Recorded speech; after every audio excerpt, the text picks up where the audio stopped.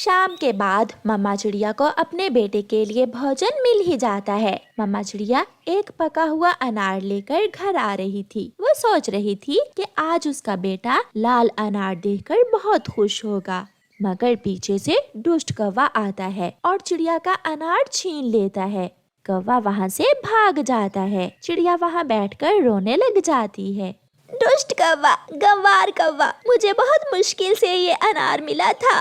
रोती हुई चिड़िया कौवे के घर जाती है। गोरी गोरी, लो ये अनार छुपा दो, चिड़िया से छीन कर लाया हूँ। गोरी कौवी वो अनार लेकर घोंसले के नीचे छुपा देती है। दरवाजे पर चिड़िया भी आ जाती है। गोरी गोरी कौवी, तेरा पति मेरे बेटे का भोजन छीन कर लाया है, मुझे मेरा लाल अनार वापस दो। गोरी कौवी बाहर आती है। चिड़िया, छोटी चिड़िया, शर्म करो, क्यों मेरे पति पर झूठा इल्जाम लगा रही हो? मेरा पति तो सुबह से घर में सोया हुआ है। इतना बड़ा झूठ! मैंने उसे अपनी आंखों से देखा है। कालू कौवा ही मेरा लाल अनार छीन कर लाया है। अगर विश्वास नहीं तो घर के अंदर आकर देख लो। मुझे अनार मिलेगा, जरूर मिलेगा, और तुम हमेशा की तरह भूखे ही रहोगे। चिड़िया निराश होकर रोती हुई वहाँ से चली जाती है। कालू कालू, भगा दिया मैंने उस छोटी चिड़िया को। तो फिर निकालो बाहर लाल अनार, आज पार्टी करते हैं। चिड़िया रोती हुई घर वापस जा रही थी कि उसे कोई आवाज सुनाई देती है। चिड़िया चिड़िया, मेरी मदद करो, मेरी मदद करो चिड़िया। चिड़िया उस पेड़ के पास जाती है। चिड़िया, मेरे पत्ते बहुत गंदे हो गए हैं। गंदे कौवों ने पोटी कर करके मेरे सारे पत्ते बहुत गंदे कर दिए हैं। अगर तुम मेरे पत्ते साफ कर दो तो मैं तुम्हें एक चमत्कारी चूल्हा दूंगा, जिससे तुम कुछ भी बनाकर खा सकती हो। चिड़िया खुश हो जाती है। फिर चिड़िया नदी से पानी लाकर उस पेड़ के सारे पत्ते साफ कर देती है। शुक्रिया चिड़िया, अब मुझे खुलकर सांस आई है। लो चिड़िया, ये चमत्कारी चूल्हा तुम्हारा इनाम है। इस चमत्कारी चूल्हे पर जो भी खाली बर्तन रखोगी वो भोजन से भर जाएगा। बहुत बहुत धन्यवाद पेड़ चाचा, मेरी मदद करने के लिए। चिड़िया वो चमत्कारी चूल्हा लेकर घर चली जाती है। मम्मा मम्मा, क्या भोजन नहीं मिला आज? मिला था बेटे, मगर फिर वही दुष्ट कौवे छीन कर ले गए। मगर तुम चिंता ना करो, ऊपर वाले ने हमें ये चमत्कारी चूल्हा दिया है। अब देखना मेरे चमत्कारी चूल्हे का कमाल। फिर चिड़िया उस चमत्कारी चूल्हे पर एक खाली हंडिया रखती है और चमत्कारी चूल्हे से कहती है, चमत्कारी चूल्हे, मुझे और मेरे बेटे को खीर दो खाने को। फिर देखते ही देखते खाली हंडिया मीठी मीठी खीर से भर जाती है। चिड़िया और उसका बेटा मजे मजे से खीर खाते हैं और सो जाते हैं। दूसरे दिन चिड़िया तोते के पास जाती है। तोते तोते भैया, आज तुम्हारी मेरे घर में दावत है, शाम को आ जाना। चिड़िया, तुमने दावत में क्या बनाया है? तोते भैया, सबको सबका मनपसंद भोजन मिलेगा। फिर चिड़िया कबूतर के पास जाती है। कबूतर कबूतर भैया, आज मेरे घर में तुम्हारी दावत है। ऐसे चिड़िया बुलबुल को भी बता देती है। तोते तोते, चलो आज भोजन लेने नहीं जाओगे? मैं जा रही हूँ, तुम भी मेरे साथ ही आ जाओ। नहीं नहीं गोरी कौवी, आज शाम को मेरी चिड़िया के घर दावत है। मैं तो चिड़िया के घर जाकर देसी घी की चूरी खाऊंगा। तोता ऐसे बताकर वहाँ से चला जाता है। देसी घी की चूरी, ये चिड़िया की खुशी में सबकी दावत कर रही है। गोरी कबूतर के पास जाती है। कबूतर कबूतर, हम दोनों साथ में भोजन लेने जाते हैं, चलो मेरे साथ। कबूतर भी वही बात करता है। नहीं नहीं गोरी, आज मेरी दावत है चिड़िया के घर। आज तो मैं चिड़िया के घर आलू मटर वाले चावल खाऊंगा। ये सब सुनकर गोरी कौवी तो जल जाती है। वो भागी भागी घर जाती है। कालू कालू, उस छोटी चिड़िया ने सबकी दावत की है, बस हमारी ही नहीं की।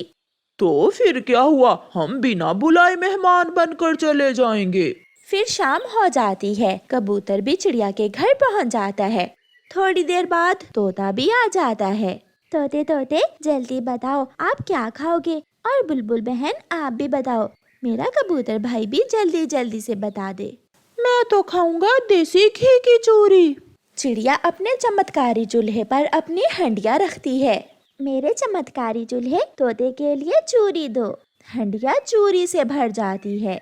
कौवा और कौवी भी अपने घर से निकलते हैं, मगर वो नहीं जानते थे कि चिड़िया ने तो अंदर से दरवाजे की कुंडी लगा रखी है। कालू, दरवाजा अंदर से बंद है। चिड़िया, चिड़िया बहन, दरवाजा खोलो, हम कौवों को भी दावत में शामिल करो।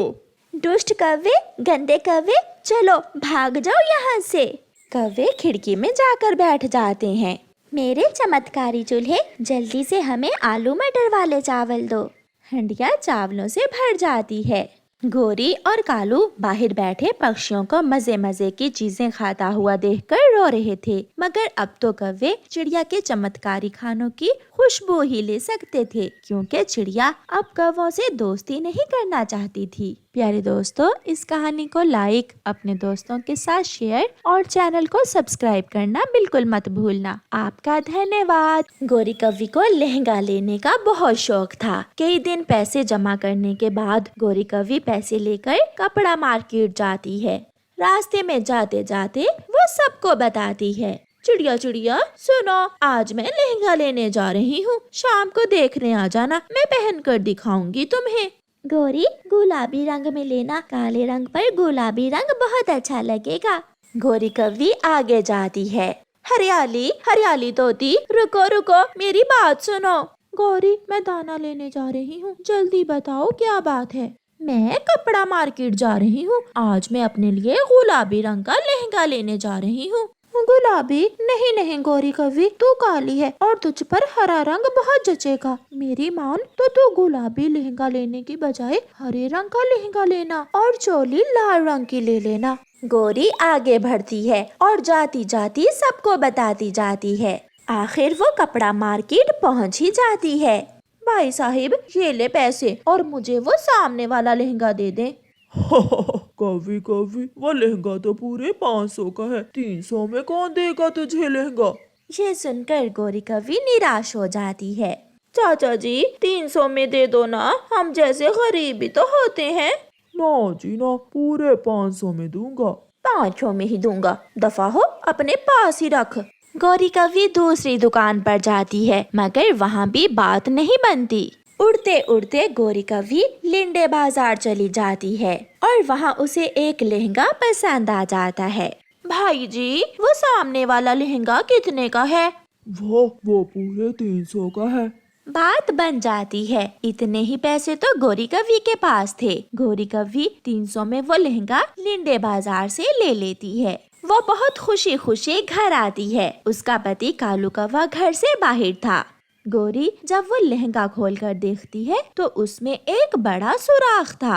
हाय मेरी किस्मत, सच ही कहते हैं, लिंडे बाजार से ली हुई चीजें बेकार ही होती हैं। अब मैं क्या करूं? फिर गोरी कौवी वो लहंगा लेकर चील के पास जाती है।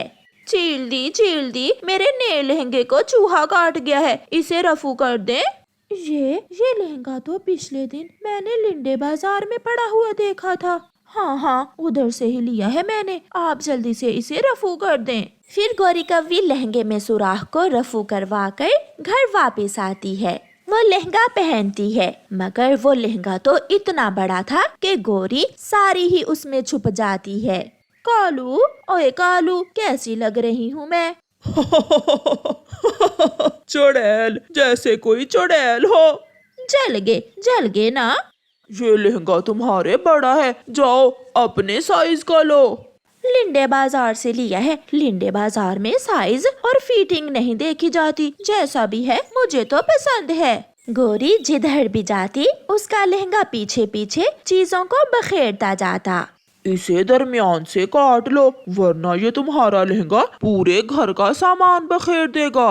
दूसरे दिन गोरी चिड़िया के पास जाती है। चिड़िया चिड़िया, जल्दी से मेरे घर आ जाओ, मैं तुम्हें अपना लहंगा पहन कर दिखाऊंगी। ठीक है गोरी, मैं रात को आऊंगी। फिर गोरी हरियाली तोती और लूसी कबूतरी के पास जाती है। हरियाली और लूसी, रात को मेरे घर जरूर आना, मैं अपने लिए नया लहंगा लेकर आई हूँ, मैं तुम्हें वो पहन कर दिखाऊंगी। गोरी, किस रंग का लिया है लहंगा? खुद आकर देख लेना, बहुत सुंदर है। कालू को इतना पसंद आया कि मुझे बोल रहा था कि मैं लहंगा पहनकर ही बाहर आऊं, मगर मैंने कहा कि मेरा सुंदर सा लहंगा खराब हो जाएगा। फिर रात हो जाती है। चिड़िया, लूसी कबूतरी और हरियाली तोती सब पहुंच जाती हैं। गौरी, अब आ भी जाओ, हम कब से तुम्हारा इंतजार कर रही हैं। थोड़ी देर बाद गौरी कवि अपना लहंगा पहनकर बाहर आती है। गौरी, गौरी, ये लहंगा तो किसी बड़े पक्षी का है। ये तो पीछे तक जमीन पर गिरा हुआ है। ये तुम्हारे पहना हुआ जरा भी नहीं जच रहा। ये जरूर तुमने लिंडे बाजार से लिया होगा। नहीं नहीं, मेरा लहंगा बहुत महंगा है। देखो देखो, मैं यहाँ ऊपर खड़ी होकर दिखाती हूँ। फिर गौरी कुर्सी के ऊपर खड़ी होती है। थोड़ा और ऊपर खड़ी होगी तो फिर नीचे तक नजर आएगा। गौरी खिड़की के पास जाती है। गौरी को पता ही नहीं चलता कि उसका लहंगा जलते हुए दिए से लग जाता है और लहंगे को आग लग जाती है। आग आग, गौरी, लहंगे को आग लग गई है। बचाओ बचाओ, मुझे बचाओ। बहुत मुश्किल से चिड़िया, कौवा और बाकी सब मिलकर गौरी के लहंगे की आग को बुझाते हैं। लहंगा तो बहुत अच्छा था, मगर थोड़ा लंबा था। अब आधा जल गया है, अब पहन कर देखो। फिर वो सब हंसने लगते हैं। प्यारे दोस्तों, इस कहानी को लाइक, अपने दोस्तों के साथ शेयर और चैनल को सब्सक्राइब करना बिल्कुल मत भूलना। आपका धन्यवाद।